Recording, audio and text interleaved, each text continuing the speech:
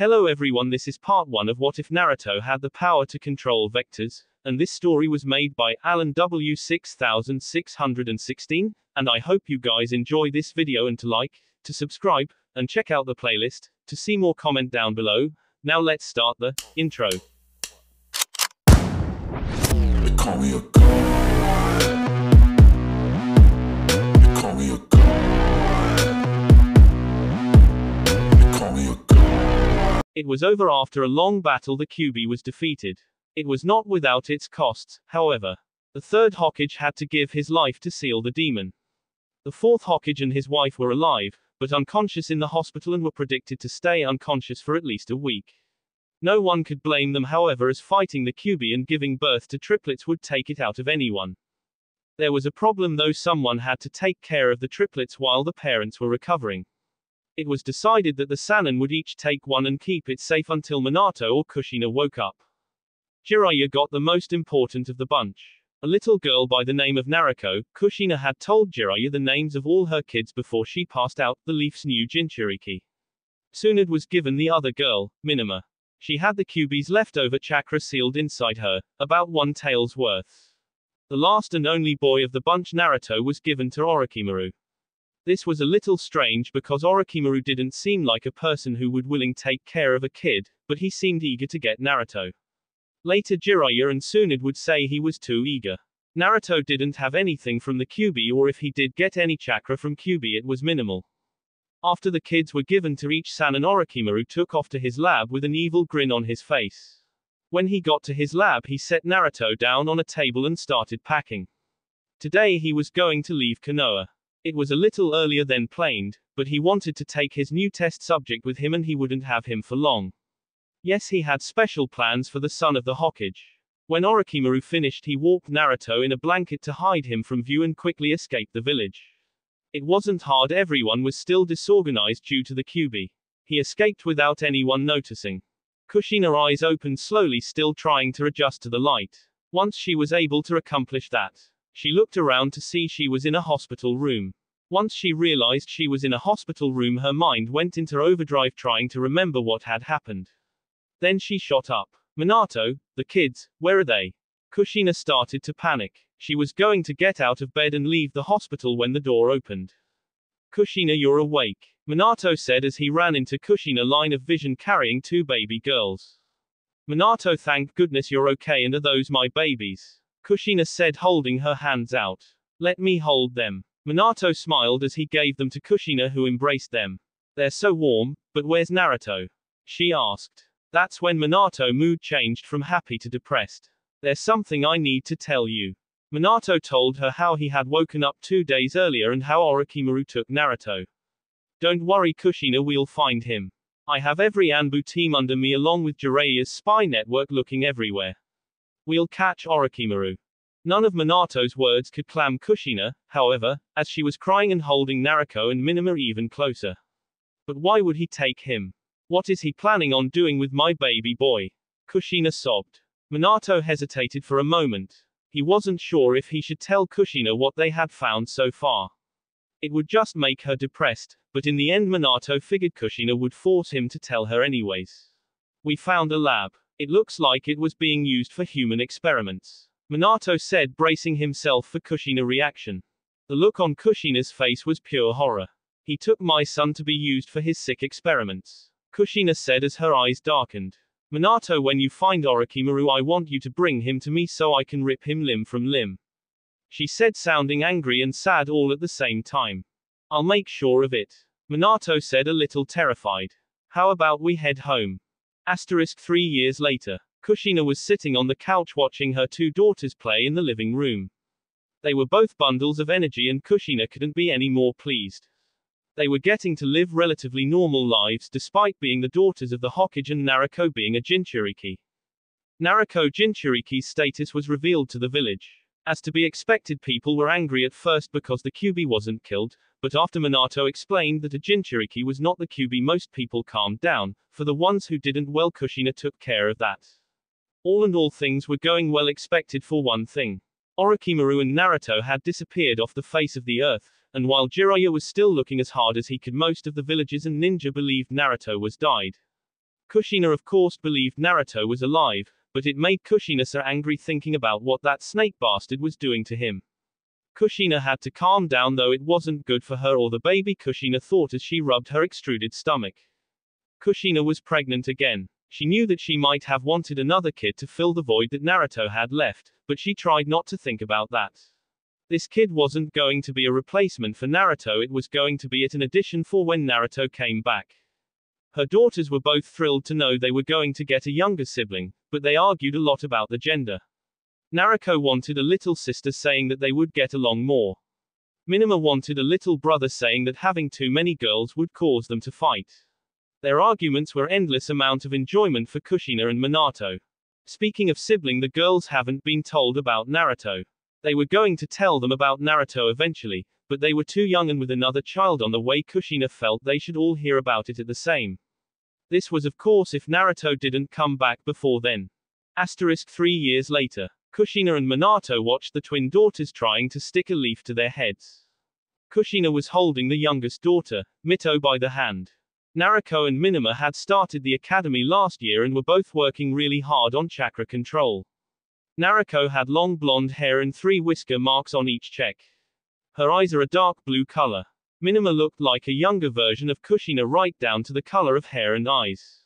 Minima, however, in an attempted to look a little different from her mom, kept her hair a little shorter and had it covering her left eye.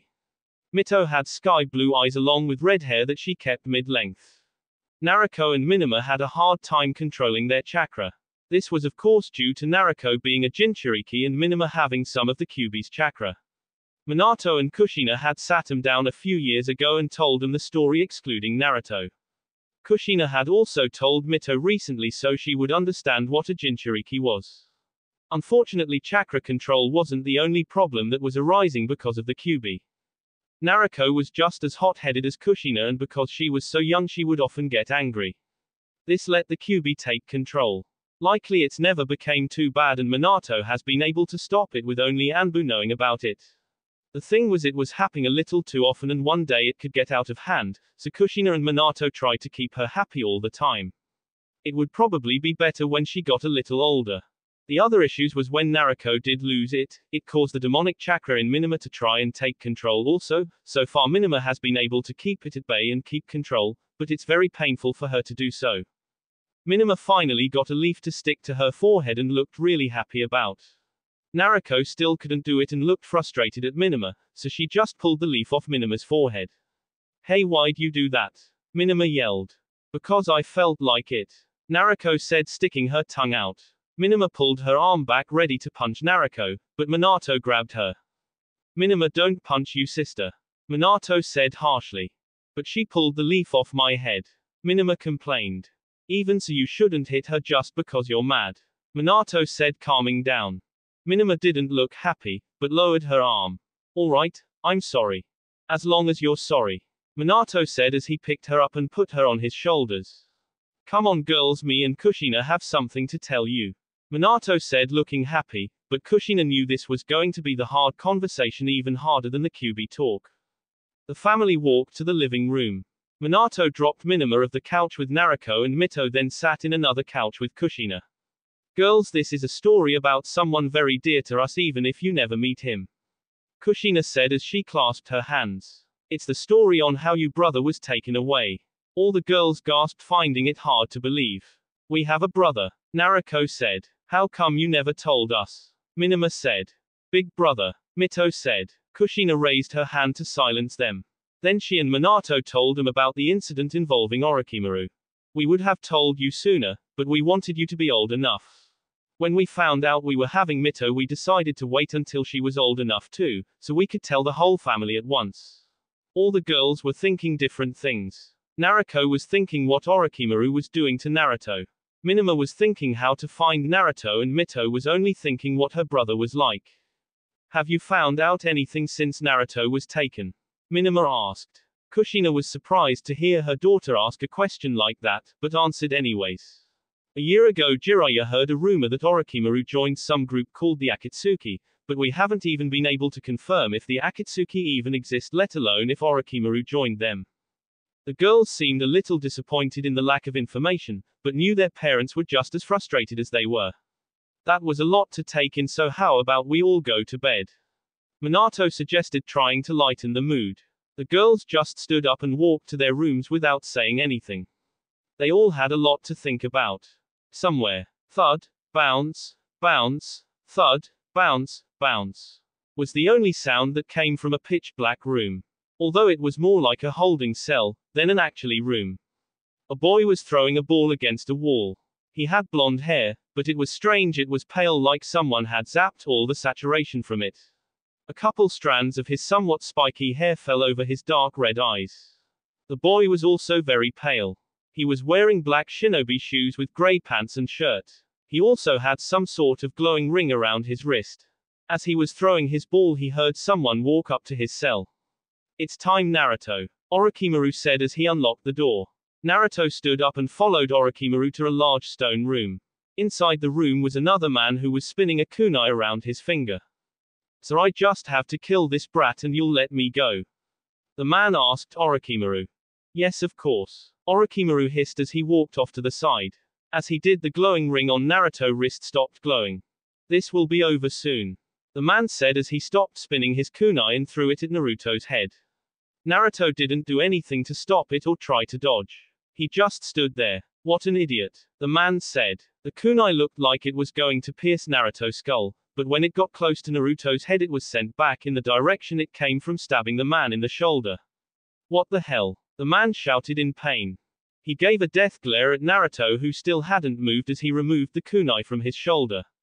The man was pissed. He ran around Naruto throwing kunais, but each and every one of them was sent flying back at him. After a little bit, the man stopped throwing them. "Fine, kunais won't work on you. Then how about this?" the man screamed as he charged Naruto. He tried to punch Naruto, but when his fist got close, there was a loud snapping sound as the man's wrist broke. "Damn it," the man screamed, holding his wrist in pain. "Just what kind of monster are you?" "One that is growing bored," Naruto said as he started walking towards the man. The first movement he had done all fight. The man backed away, scared at the monster coming towards him. "Stay away," he said, trembling. In an act of desperation and stupidity, he threw a kunai at Naruto, forgetting that it would just come right back at him, and it did. Right through his head, killing him. The fight was over and the ring around Naruto's wrist started glowing again. "Your vector control has improved," Orochimaru said with his twisted smile as he led Naruto back to his cell. "If you say so," Naruto said. He went back to his cell, sat down, and started throwing the ball again. Naruto did not like it here. The experiments were frustrating and he was bored out of his mind. The first chance he got, he was escaping, and he knew where he was going, to his family in the Leaf. Naruto knew who he was. He was the son of the fourth Hokage and his wife Kushina. He had two twin sisters, Naruko and Minama, and a younger sister, Mito. Naruto knew all this because he made Orochimaru tell him. If he didn't, Naruto wouldn't participate in his experiments. Naruto also had knowledge on just about everything, since he also forced Orochimaru to bring him books to read. He knew all about the elemental nations and ninja life as a whole. He could name and theoretically do a bunch of elemental jutsu, only theoretically, however, since Naruto only actually used vector control. It wasn't like Naruto was a huge knowledge nerd, it just seemed like a good way to kill time. Reading and throwing his ball were really the only things he ever did in his free time. Naruto had also seen pictures of his family, and he had to admit he didn't look too much like any of them. He asked Orochimaru about, and it turns out his eyes were red due to Naruto getting a tiny amount of Kyuubi's chakra. It was so little that Orochimaru didn't really know what to do with it. So when Naruto was little, Orochimaru placed the demonic chakra in his eyes. This was really the only thing it could be used for. It gave him perfect night vision, but a side effect was his eyes turning red. The paleness of both his hair and body could be chalked up to his vector control. Naruto always had his body set to reflected vectors by default. This included sunlight, not like he got much of it anyways, so his body didn't have a need to create pigmentation. Orochimaru predicted his hair would turn white, but for whatever reason it didn't. This leads us into Naruto's ability. The ability to control vectors. In Naruto's opinion, he was pretty OP. Taijutsu was complete worthless against him, as he could just break any part of the body that hit him.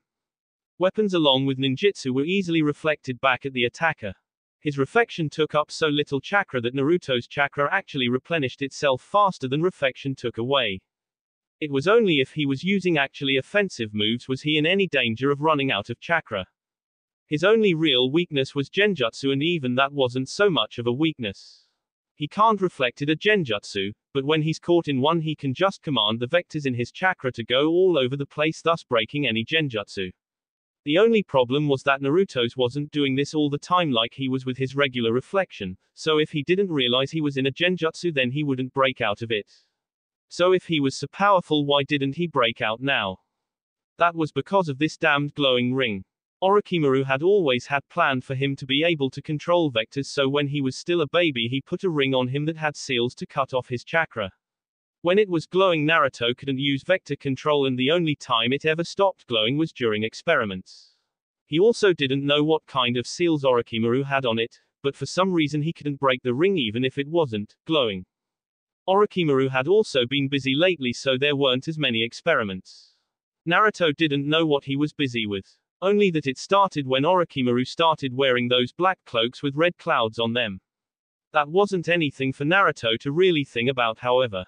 He would just bide his time until he could escape and go home, but that seemed far away, so for now he would just throw his ball.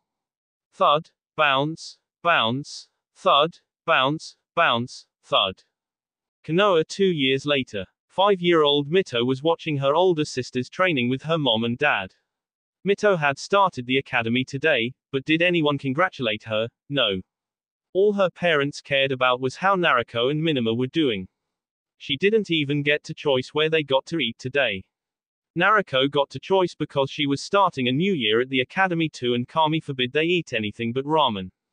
The only good thing that came out of today was that Mito was in the same class as her two best friends. They were Hanabi Hyuga and Hitomi Uchiha. The three of them practically made up the entire shinobi-born ninja of their class, since it seemed that all the clans decided to have heirs the year the Kyuubi attacked. Hanabi and Hitomi were however stronger than her, since their parents actually taught them stuff before entering the academy. What did Mito parents do? Focus all their attention on Naruto and Minima, and it was all because Naruto was a bitch. It turned out that Naruto didn't get better control over the Kyuubi, no, she got worse. Naruto thought she was entitled to everything and that everyone should worship the ground she walked on. She had to get her way, and if she didn't she would throw a fit and demonic chakra would leak out. So her parents made sure she always got what she wanted. They thought that it would get better, but Mito knew that Naruto did it on purpose and would keep milking it as long as she could. Naruto also treated Mito like trash. She would always make fun of her and call her weak. Minima wasn't as bad, but she was far from good. Because Naruto could cause her pain if she let out demonic chakra, Minima was hesitant to talk back to Naruto or tell her no. Since Naruto liked to bully Mito, Minima didn't want to hang out with Mito because Naruto might get mad if she saw her twin sister hanging out with the weak sister, as Naruto liked to call Mito. So Minima pretended Mito didn't exist. All this led to Mito not really caring about her sisters or her parents. Mito grew tired of watching her family train, so she headed up to her room. There was at least one sibling that Mito cared about, Naruto. Ever since she found out she had a lost older brother, she dreamed of the day he'd come back. He would be stronger than both Naruto and Minima combined, and he actually care about Mito and teach her cool ninjutsu. Mito took out her sketchbook where she had a dozen drawings of what she thought Naruto would look like. There was one where he had red hair that resembled fire. There was also one where he had blonde hair that fell over his left eyes like Minima. As Mito was looking through the sketches, she smelled something cooking. Her mom had probably finished dinner and forgot to call her down again. Mito went downstairs so she could at least have something to eat. The next day at the academy, Mito was eating lunch, that she had to make herself, with Hanabi and Hitomi. So Hanabi, how is your family training going? Hitomi asked. Hitomi, you know, shouldn't talk about that. You know Mito would kill to be able to train with her family. Hanabi said. No, it's okay, I want to hear about it too. Mito said. Well, if it's okay. It's been going well, but I don't think my sister is getting it.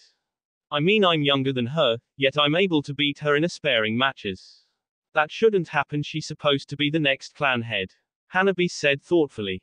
I'm sure it will be fine. Even my sisters had to get lots of training before they became strong. Mito said. As much as she hated to admit it, her sisters were pretty strong for their age. I wish I had siblings I could tell them how cool I was with my Sharingan. Hitomi boasted. You mean the Sharingan that you haven't awakened yet? Mito pointed out, and Hitomi seemed to deflate. Hanabi and Mito giggled at their friend's antics. It's not funny. Hitomi screamed, which only made the other two girls laugh harder. Fine, forget you guys. I'm going back to class. Hitomi said as she stormed off. Or come back, Mito said between laughing fits. It was just that morning things were going so good, so how come by that night things would good so wrong? That night Itachi Uchiha murdered most of the Uchiha clan. Mito remembered it well. That night she was woken up by her parents and told to come downstairs while they got her sisters. When they were all downstairs, Minato started telling them the story that would cause Mito to become even more infuriated with her parents.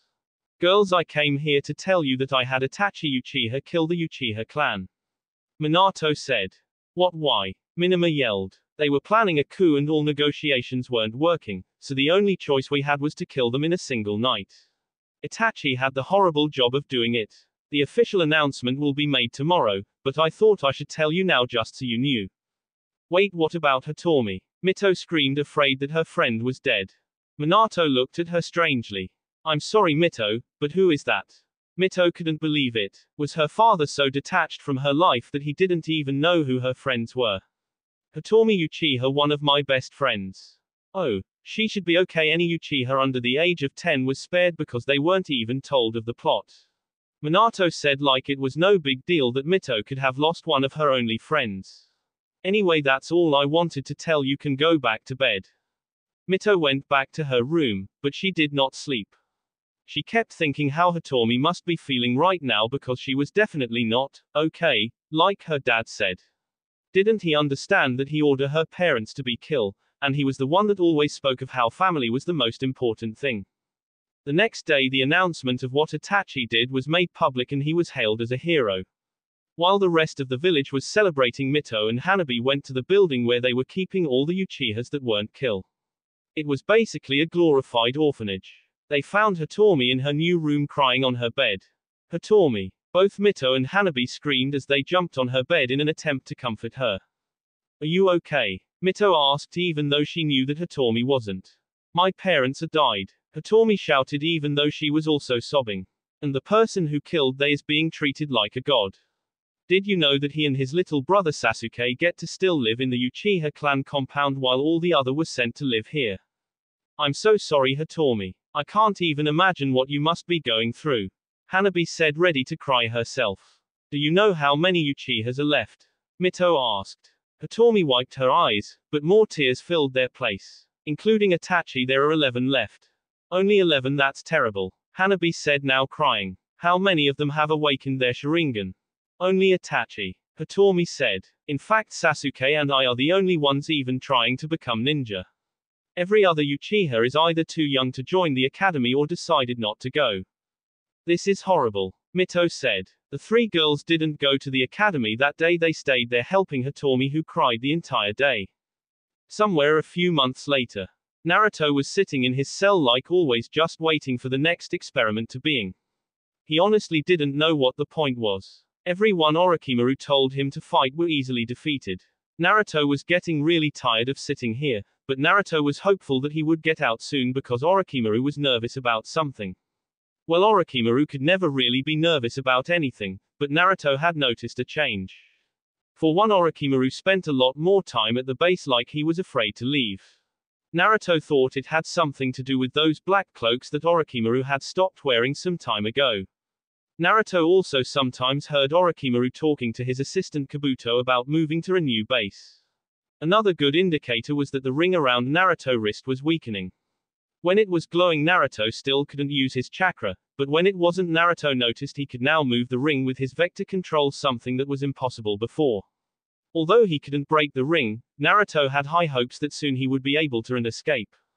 Soon came a lot earlier than expected, however. As Naruto was thinking about it, there was a huge explosion and someone screamed. Orochimaru, they're here. The Akatsuki. There were more explosions and the sound of metal hitting metal.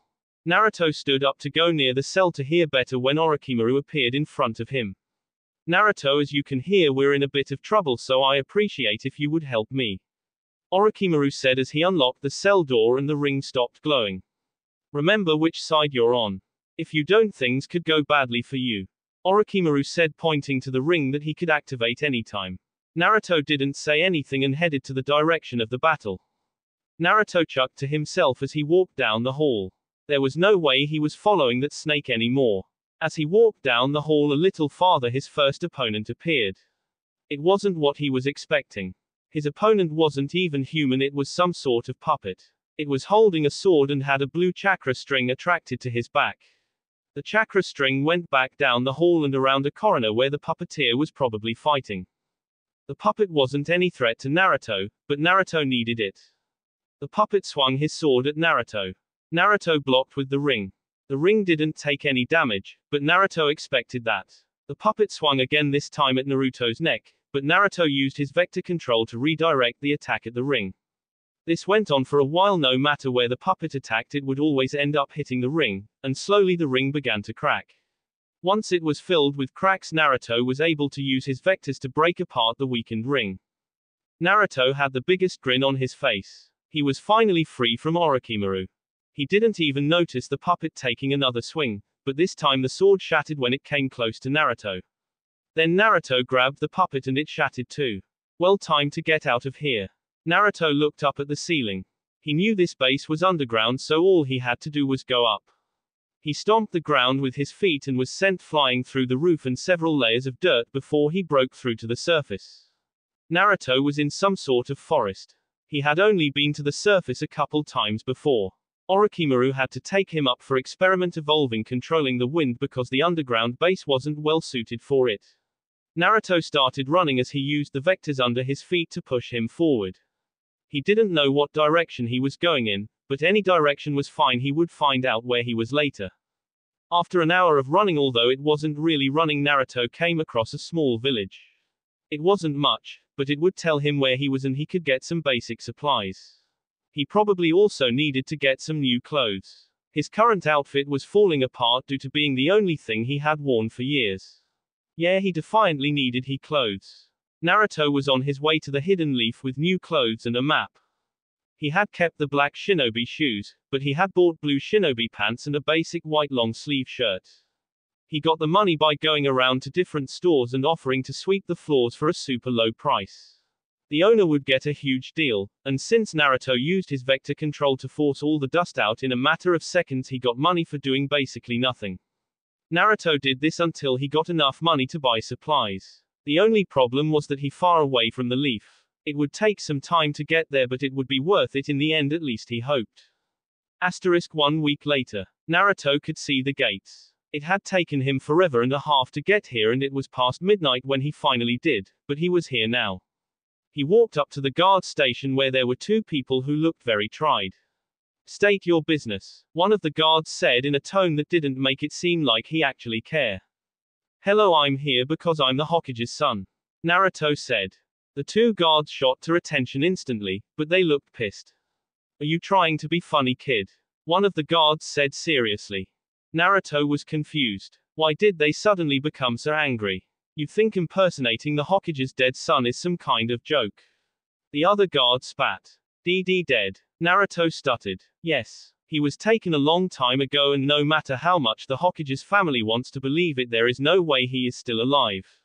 So I'll ask you again, where do you get off? The guard said as he reached to grab the collar of Naruto's shirt. But since Naruto's always had his reflection active, the guard's hand never made it. Instead, his wrist broke with a loud snap. The man screamed in pain before turning to his partner. Did you see that this kid's dangerous? He might be trying to attack the village. Call Anbu, he said. Naruto was freaking out. They were calling Anbu to get him. So Naruto did the only logical thing and ran away from Konoha. He was so scared he forgot to push himself with vectors. In the distance he heard the guard scream, "Yeah, you better run, you monster, but you won't get very far." Naruto ran for a little bit before stopping to catch his breath. He wasn't used to running like a regular person. He was breathing heavily, trying to think of a plan, when he heard something land in front of him. Naruto looked up to see a leaf Anbu ninja. Well, you don't look like much of a threat, but monsters come in all shapes and sizes. The Anbu said before lunging at Naruto. Just leave me alone. Naruto screamed. He used his vectors to create a cyclone of wind and sent it at the Anbu. The Anbu was quick to dodge, but was blindsided by another cyclone which torn him to shreds. After the Anbu was reduced to a bloody mess, Naruto fell to his knees and for the first time in his life he started crying. What went wrong? How can the son of the Hokage be dead? He was right here. Then Naruto was hit by a horrible idea. What if Orochimaru had lied to him? What if he wasn't the Hokage's son? That would make sense. Orochimaru had no reason to tell him who his real family was. He could have said that he was a son of the Hokage because he knew that if Naruto ever escaped that he would head to the Leaf. It all made perfect sense. Naruto was lied to and he fell for it. Naruto wiped the tears away and stood up. He needed a new plan, but before that he needed a new name. The Hokage did have a son and his name was Naruto, that much was certain. But the person standing here was not Naruto. He would need a new identity so his actions wouldn't reflect on the real Naruto. But what should his new name be? Naruto thought about it for a little bit. Accelerator, Naruto said, testing out the name. Yes, that will be it. My name is Accelerator. So what happened to him? Minato asked. He was in an examination room with Tsunade, who had just finished the autopsy on the Anbu ninja that was found dead. Well, for starters, he must have been killed instantly because if he hadn't he would have destroyed his body. Tsunade said. Now as for the cause of death, he has multiple large cuts all over his body. He would have bleed out, but the cuts aren't what killed him. He was crushed to death. What? But all these injuries suggest he was hit by a wind jutsu. Minato said in shock. Exactly, normal wind jutsus only cuts the target. Tsunade said, smiling with interest. The only explanation is either this was a super powerful wind justice or it wasn't a wind jutsu.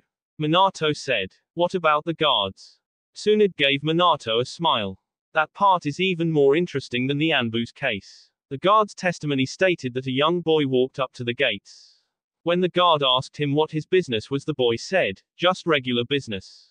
Then one of the guards reached to collect the boy's papers. When he did, his wrist suddenly broke, and the boy ran away. That's when Anbu were called. Minato thought about it for a minute. That is strange. Why would that boy show up just to break the guard's wrist then run away? Do we have a picture of the boy? We're having an artist drawing a picture of the boy from the guard's account right now. Tsunade said. Alright, it doesn't look like there is much we can do until that picture is finished. Minato said, getting ready to leave. Actually, there is one more thing. Tsunade said, stopping Minato in his tracks. Remember, the guard said his wrist suddenly broke, not the boy broke his wrist. Then how was his wrist broken? Minato asked, now very curious. That I'm not so sure about. Tsunade said, sounding disappointed. You see, his wrist wasn't broken by someone grabbing his hand and snapping it. No, it was like he was pushing his hand against a wall until his hand was pushed far enough back that his wrist broke. As for why it's like that, I have no idea. Minato thought about it and couldn't come up with an explanation either. What in the world is going on? 2 years later. Hanabi was training in her family dojo under her dad's observation. She was once again sparring against her older sister Hinata. It was completely one-sided. Hanabi had already closed off most of Hinata's chakra points while Hinata had yet to land a hit. That's enough, Hiashi said, sounding displeased. Hinata, you are dismissed. Hi, Hinata said, quickly leaving the room. Hanabi was exhausted and wanted to be dismissed too, but that wasn't going to happen. Hanabi, you need to increase your endurance. How will you lead this clan if you're so tried after just one day of training?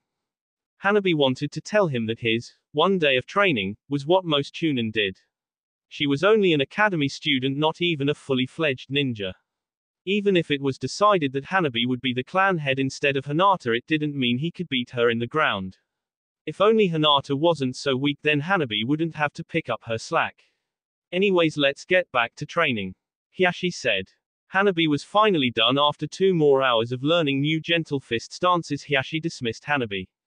Hanabi opened the door to the dojo, only thinking about falling asleep in her bed. Hanabi, before you go, I think you should know that I'm thinking about teaching you the birdcage seal soon, Hiashi said. Hi, was Hanabi's only response. She walked quickly to her room, afraid she would say something she would regret later. Hanabi didn't want to learn the birdcage seal. It would just give the side branch family more reason to hate her. They already weren't a big fan of her since she was going to be the future head. What was worse is she knew that Neji was miles ahead of her in terms of skill. He was 3 years older, but so was Hinata. It not even like Hanabi could test her skills against him because Kami forbid that a main branch member and a side branch member spare. Even though he and Hinata used to spare all the time, the Hyugas just pissed Hanabi off. The next day Hanabi, Hitomi and Mito were eating lunch at the academy just like always. Although nowadays, it wasn't just Mito complaining about her family. Yeah, my dad wants to teach me the birdcage seal. Which will just give Neji another reason to preach about fate. Hanabi said angrily, biting into her sandwich. You want to know what happened today? Mito said.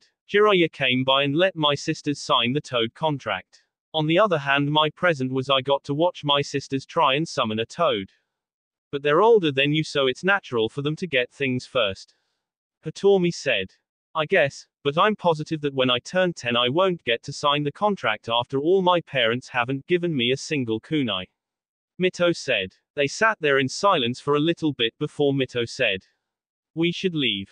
You can't be serious. Hitomi said. Why not? Mito said. Hanabi and I hate our families, and you hate Itachi for killing yours. Why should we have to protect the leaf when we don't even like it? We would never make it. Hanabi said. We aren't just some random ninjas with a daughter of the Hokage, the last of only a handful of Uchihas, and the future heir to the Hyuga. The village isn't going to let another of the Hokage's kids and its 2 most important dojutsu go. The moment they realize we're gone, they'll send every Anbu team they have after us. But if we cross the border before they realize we're gone, then they can't follow us. Mito suggested. Alright, let's say by some miracle that happens, where would we go? Hitomi asked. We have to have some place to hide because Konoha isn't the only village that would send out every Anbu team to get the Sharingan and the Byakugan. Let's not forget we're academy students, we can't fight off ninja without help. Mito, though, about it. What about finding my brother? We don't know where he is. Hanabi pointed out. And even if we did, then we would just become another test subject for Orochimaru, which is worse than being captured by another village. What if he's not with Orochimaru anymore? Mito stated. Then that brings up a lot of other problems. Hanabi said. If he's not with Orochimaru, why didn't he come back to the leaf? If we did find him, would he even be strong enough to protect us?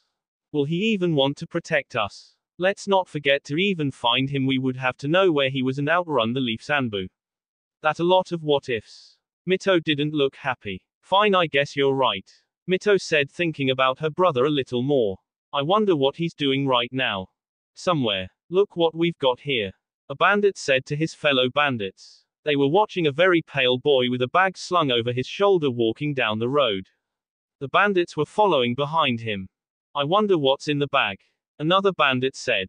I don't know, let's find out. A bandit said. Hey buddy, why don't you give us your bag and we won't hurt you? The bandit yelled. The pale boy just kept walking, however, like he didn't even hear them. Hey, don't ignore us. The bandit screamed, yet the boy kept walking. That's it. The bandit said angrily. He pulled his sword and charged the boy from behind. But when the bandit swung his sword at the boy's neck, he was sent flying backwards. What the hell? The bandit said from his new position on the floor. The bandits had finally caught the boy's attention as he turned around to see what hit him. That's when the bandit saw his glaring red eyes. The boy looked over every bandit before smiling. Sorry guys, you see I was reflecting all the sound away from me, so I didn't hear you. If I did, I could have killed you much sooner. The boy said with a slight chuckle. Who are you? The now terrified bandit said. I'm Accelerator, but that hardly matters now. The boy said before he seemingly pushed off the ground and came flying at them. The bandit's screams could be heard from a mile away, but those who did hear it weren't sure if it was real or their imagination because it only lasted for a couple seconds. After Naruto dealt with the bandits, he once again started reflecting sound vectors away from him and continued on his way. He didn't actually have a destination, he had just been wandering around ever since he left Orochimaru. His bag only contained camping equipment and a few pairs of clothes. After the incident with the leaf, he didn't really have a purpose anymore. He didn't blame the leaf, after all it wasn't their fault that he believed Orochimaru's lie. He supposed he had been pretty stupid to believe that he was the son of the Hokage. After all, he didn't even look like the Hokage. That was all in the past though. Now he was looking towards the future. Unfortunately, he didn't know what he was looking for. Naruto knew he wanted to settle down somewhere, but where that was Naruto had no idea. Naruto actually found enjoyment in killing people like those bandits. Now he wasn't psychotic, he didn't just kill people for fun or just because he wanted to. It was more like when he was attacked or someone just pissed him off, the best option was just to kill them. That trait in Naruto's power would set him on the path to be a ninja, and Naruto already considered himself a ninja, so he should live in a shinobi village. Naruto didn't really want to, however. Having to report to the leader and being limited on where he could go and what he could do just didn't appeal to him. Wherever he went, he would be able to do whatever he wanted. So until he found that place, he would keep wandering, but just like how he felt that he was soon going to be free from Orochimaru, he also felt that he would find that place very soon. 2 weeks later. Naruto liked it here. He was in a good-sized city located in the Land of Frost. The town was somewhat near the border to the Land of Lighting, but it was out of the way enough that there wasn't too many lighting ninja coming through. Naruto didn't know why he liked it here, he just did. The town wasn't special and it didn't have any defining traits. It wasn't super peaceful, but it wasn't super violent. It just seemed like any other town you would come across, but Naruto liked it, so this is where he would live. He already found an apartment he liked, but he needed money. Naruto had never carried a lot of money, so he needed to get some. He didn't really want to have to work for the money, so the next best thing was looting. Naruto heard about a bandit camp not too far from the city. He would just go there, kill the bandits, and take their money easy. It only took Naruto 2 hours to walk all the way to the camp. Naruto could see about 20 or so bandits all over the camp. Most of they were drinking or passed out from drinking. Naruto was a little skeptical if they even had any money after buying all that beer, but there was only one way to find out. Time to give them a wake-up call. Naruto stomped the ground and a miniature earthquake hit the camp. The ground cracked, tents and tablets fell over, and so did the bandits. Before the bandits even knew what was going on, Naruto rushed them using vectors to enhance his strength and speed. He grabbed the first bandit and threw him towards another group of bandits. There were a bunch of small rocks that were scattered around from Naruto's earthquake. Now most people wouldn't think of these as weapons, but for Naruto they were. He simply kicked one of the pebbles and used vectors to greatly increase its speed. It was going so fast that when it hit a bandit it tore right through him. By now the bandits had finally realized they were being attacked. They pulled out all sorts of weapons. There was one who pulled out a crossbow which he used to shoot Naruto. Now normally the arrow would have been sent right back at him, but Naruto changed its course ever so slightly, so instead of hitting Naruto it hit another bandit. The bandit, thinking he had only missed, fired another arrow. Naruto once again changed its course to hit another bandit. Naruto decided to play a little game with himself. He would try to guess how many arrows the bandit would shoot at him before he realized that Naruto was the one changing the course. He guessed 5. Well, this bandit was either really stupid or really drunk, because he shot a total of 12 arrows before he realized something was wrong. Naruto wanted to break out laughing. How anyone could be that stupid was beyond Naruto. Due to that one guy, there were only about 6 more bandits left and Naruto was getting bored. It was time to end this and look for the money. Naruto picked up a handful of pebbles and started flicking them at the bandits. They were sped up, of course, and the bandits had no hope of dodging. Once they were all dead, Naruto started looking around. He found a bunch of stuff that looked like it could be valuable, but Naruto only wanted cash. It would be too much trouble to find buyers to sell all this stuff to. He did find enough money for now, and he even found some stuff he could decorate his apartment with. Naruto decided that this was a much better than getting a job. With his newfound treasure he walked back to the city. 1 year later. So your accelerator, you don't look like much. You're even younger than me, the boy said. Naruto sighed. He was having such a good day until these guys showed up. It was a genin team from Kumogakure and it looked like they were here to kill him, but just to make sure. I am. What do you want? Naruto said, not sounding the least bit interested. We're here to take you down. The same boy said, crossing his arms like he expected Naruto to beg for mercy. Why? Naruto said. He was actually wondering why Kumo set a genin team after him. The Junin instructor answered this time. Because you have taken out at least 3 bandit camps and have killed a lot of bandits. Naruto didn't see why that was a problem. Isn't taking out bandit camps what genin teams normally do? Maybe they didn't like Naruto taking away all the C-rank missions. He had been destroying a bandit camp every few months to get some money. Because of that, a lot of bandits had packed up and left the land of frost for fear of being attacked by him. Maybe Kumo didn't like cleaning up after the destruction he caused. It didn't really matter, he had to focus on the problem at hand. The three genin were standing in front of their Junin instructor getting ready for a battle. The Junin had his arms crossed and looked like he was just going to observe the genin and not actually do any fighting.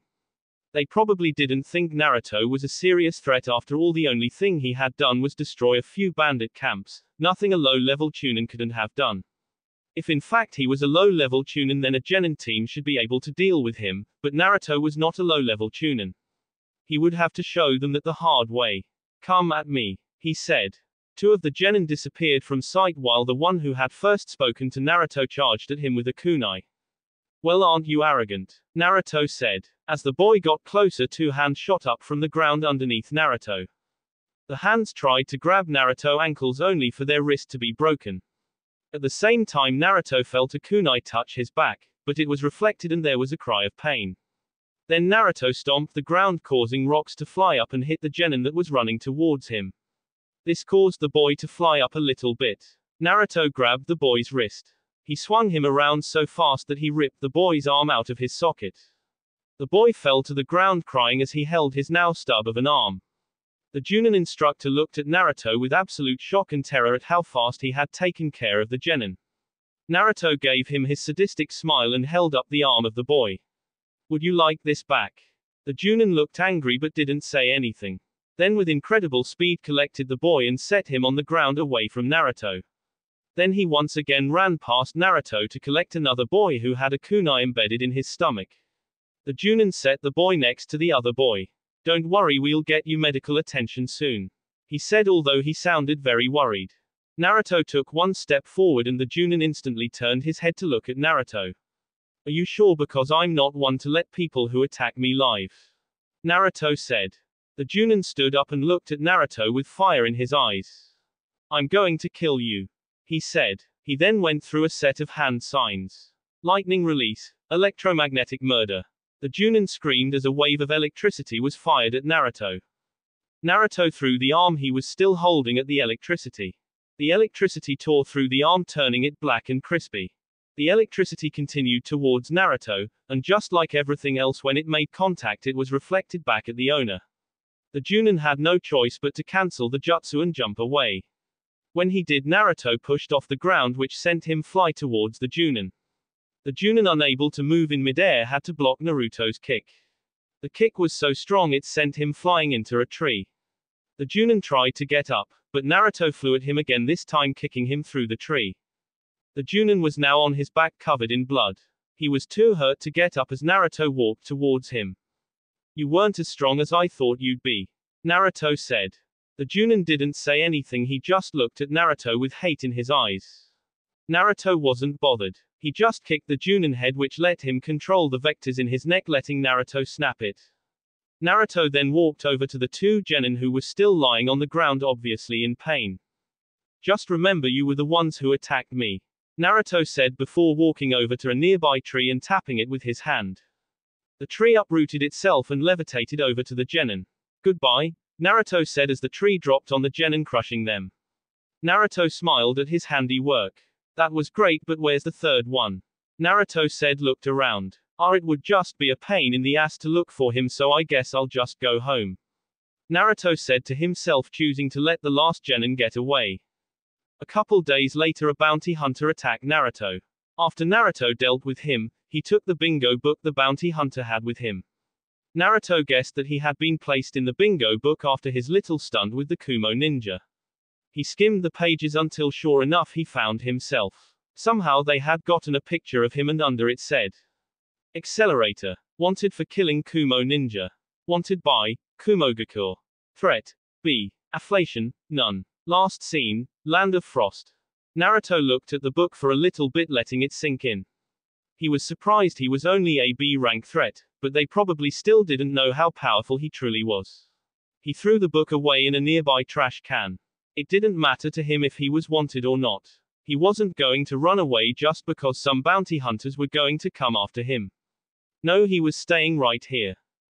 1 year later, Mito was cleaning out her father's office. It was life-draining. She had to go through every file he kept here and determine which ones he should keep and which ones should be moved to the archives. She had been at this for 5 hours straight and she wasn't even close to being finished. At the very least, Hitomi and Hanabi had agreed to come over and help. Mito hoped they would show up soon. It was all Naruko's fault that she was even doing this. Earlier today, Mito had been practicing her taijutsu in the mansion's training ground when Naruko walked in. "Oh, that's so cute. Does little Mito really think she can be a ninja?" Naruko said mockingly. Mito didn't say anything or do anything to acknowledge Naruko, which made Naruko mad. "Did you know that in a couple of weeks Minima and I will become full-fledged shinobi?" Mito still didn't respond, which pissed Naruko off even more. "You know we'll be going out of the village for missions. We might even run across Naruto." That caught Mito's attention. "I bet he's just as weak and pathetic as you, or maybe Orochimaru already killed him and we'll find his corpse," Naruko said with a smile, knowing she was getting to Mito. Naruko knew about Mito's fixation on their brother. She had sunk into Mito's room a while back and found the sketchbook with all the drawings of their brother. So Naruko knew just what to say to piss Mito off, and it worked. "You shut up, Naruto's is alive and a way better ninja than you will ever be," Mito yelled. "Then he must be too embarrassed of having a weak little sister like you to come back to the leaf," Naruko said. This pissed Mito off. She charged at Naruko and punched her in the face. Mito expected Naruko to dodge since she was better than Mito, but she didn't. She stood there and took it, and after she did, an evil smile graced her lips. Demonic chakra leaked out of Naruko along with the killer instinct it naturally produced. It scared Mito and she backed away in fear. It wasn't long before Minato and Kushina burst through the doors, having sensed the demonic chakra. Minato quickly placed a seal on Naruko that repressed the chakra. Kushina looked at Naruko with worry. "Naruko, what happened? Why did your demonic chakra start leaking?" Naruko put on a good performance. She held her cheek and had tears in her eyes. "Mito hit me and I just got so mad," Naruko said as she started cry. "I'm so sorry, I didn't mean to." Kushina embraced the crying girl while Minato walked over to Mito. "Mito, you know you should never hit Naruko," Minato yelled. "I'm sorry," was all Mito could say. "You will be sorry because now you have to organize all the flies in my office," Minato said with his arms crossed. That was the story Mito told Hanabi and Hitomi when they arrived. "That's terrible," Hitomi said after hearing the story. "Yeah, it was really great for you two to show up. I'm really thankful," Mito said. "Hey, that's what friends are for, so where do we start?" Hanabi said. The pace went a lot faster with Hitomi's and Hanabi's help. They were almost done when Mito grabbed a new file and was shocked at its contents. Inside was a sketch of a very pale boy with red eyes. There was a paper describing an incident where an Anbu was found dead and a gate guard was hurt. "Hey Hanabi, Hitomi, come look at this," Mito said. The girls came over to look at the picture. "What about it?" Hitomi asked. "Doesn't this guy look like Minato?" Mito said. Hanabi and Hitomi deadpanned. They looked at the picture really hard and tried to imagine him as Minato. "No," they both said. Mito looked at them, obviously frustrated. "Stay here," she said as she left the room. A little bit later she came back with her sketchbook. "Maybe it's because you two don't do sketches, but look." She started drawing a picture of Minato. The features on that guy are the exact same as Minato's. She colored Minato in so it looked exactly like Minato. "Would you two agree that looks like Minato?" "Yeah," they both said. "Now look at this," Mito said as she erased Minato's hair and replaced it to what the boy's hair looked like. "All I've done it changed the way his hair looks. Does it still look like Minato?" Mito asked. "It's a little weird seeing him with that kind of hair, but yeah, I could see him as Minato," Hitomi said. "So what?" Mito smiled. "You two are to focus on color if I do this." Mito changed the color of Minato's hair to a pale blonde. His eyes to a red and made his skin much paler. Hitomi and Hanabi stepped back in shock. The picture now looked like a direct copy of the guy in the file. "Do you see it now?" "But how is that possible?" Hanabi asked. "There's only one explanation," Mito said with a smile. "The person in this picture is my brother Naruto. But if that's true, then why did he attack a guard and kill an Anbu?" Hitomi said, still trying to figure it all out. I don't know, but when we see him we can ask him. Mito said, partially glowing with happiness. Wait, don't you think you getting ahead of yourself? Hanabi said. This file it 2 years old. He could be anywhere now. Hanabi immediately regretted saying that as all the happiness Mito just had faded away. Hey, don't be sad, I'm sure we'll think of something. Hanabi said, trying to backtrack. Actually, I thought of something already. Hitomi said. Mito and Hanabi looked at her with bated breath. Look, according to the incident report, an Anbu was found dead. That means even at a young age Naruto had skills at least as great as an Anbu. Plus by the looks of it Naruto isn't with any village, so where'd a powerful ninja that other ninja villages don't want wandering around end up? Hanabi's and Mito's faces lit up in realization. The bingo book, they both said. Do you really think he could be in the bingo book? Mito asked. Well, I'll admit it's a long shot, but it's a best bet. Hitomi said. Come on, let's look around. I'm sure my dad has a bingo book in here somewhere. Mito said. The girls looked all over the office, leaving no drawer unopened until they found a bingo book. The girls waited with anticipation while they flipped through the pages. When they finally found his picture, they had a small celebration. Accelerator. Wanted for killing Kumo Ninja. Wanted by Kumogakur. Threat. B. Afflation. None. Location. Land of Frost. Man, Mito, your brother is a big shot. Only 12 and he's already a B rank threat. Hitomi said. Your sisters aren't even full-fledged ninja yet. Accelerator is a pretty cool name too. Hanabi said. Mito wasn't hearing them, however. She was only focused on one thing. Location. Land of Frost. After so long of dreaming of her brother and wondering what he was doing, she finally knew where he was. Hey, why does it say location? Shouldn't it say last seen? Mito asked. Oh, that just means he doesn't really move from that location. Which is good since it's easier for us. Hitomi said. Should we tell your dad about this? Hanabi asked. No. Mito flatly said. Hanabi and Hitomi were a little shocked by her response. But why? I thought you wanted your brother to come home. Hanabi asked. I did, but now I want to go see my brother. I'm sick of this village. I'm leaving it, Mito said with the most serious expressing Hanabi and Hitomi had ever seen. Hitomi just smiled. If that's the case, do you think you could share your brother with one more? She said. Hitomi, are you sure? Mito asked. Mito, I haven't liked this village ever since Itachi killed the Uchiha clan. He got treated like a hero because he stopped the coup. While all the other Uchiha were treated like trash because they were the children of the people who wanted to betray the leaf. Of course I'm sure. Hitomi said just as seriously as Mito. You two are crazy. You know we'll be hunted down by Anbu. Hanabi said. We'll. Mito said looking at Hanabi. Of course you aren't the only one who's sick of their family. Hanabi said. I can't take the way the Hyugas do things anymore. I've wanted to leave for a while now. Well, it looks like us three are going to become missing nin. Mito said. Don't get ahead of yourself. Hanabi warned. We still have to find a way to get out of the village with enough time to cross the border before they notice us. You know, in a couple days a class it doing a survival exercise. Where we head outside the village walls under the guidance of a genin who's supposed to teach us some survival techniques. Hitomi said. That would be a good time to leave, and no one would question us for binging survival supplies.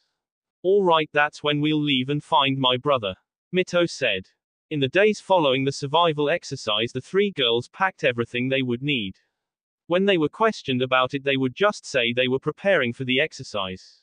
When the day finally came, the girls made sure they were in the same group. Okay, everyone, make sure you listen to your genin instructor. The teacher said. Don't worry, we have tunins set up nearby, so if anything goes wrong, we'll be right over. So let's get started. Hi, the class said. Mito, Hanabi and Hitomi walked out the gates with the genin instructor. He looked extremely pleased with himself for getting such high-tier students. Alright, let me tell you about what to expect on missions, he said, and then told a bunch of stories about the missions he had gone on. They were mostly about him doing something cool. After an hour walk, Mito gave the signal to Hanabi, which was Mito dropping a kunai. You should be more careful with your stuff, the genin said. Right, I'm sorry, Mito said, trying to look embarrassed. Excuses me, but could you have a look at this? Hanabi said from behind the genin. Sure, what is it? The genin said, turning to face Hanabi only for Hanabi to slam her palm into the genin's stomach.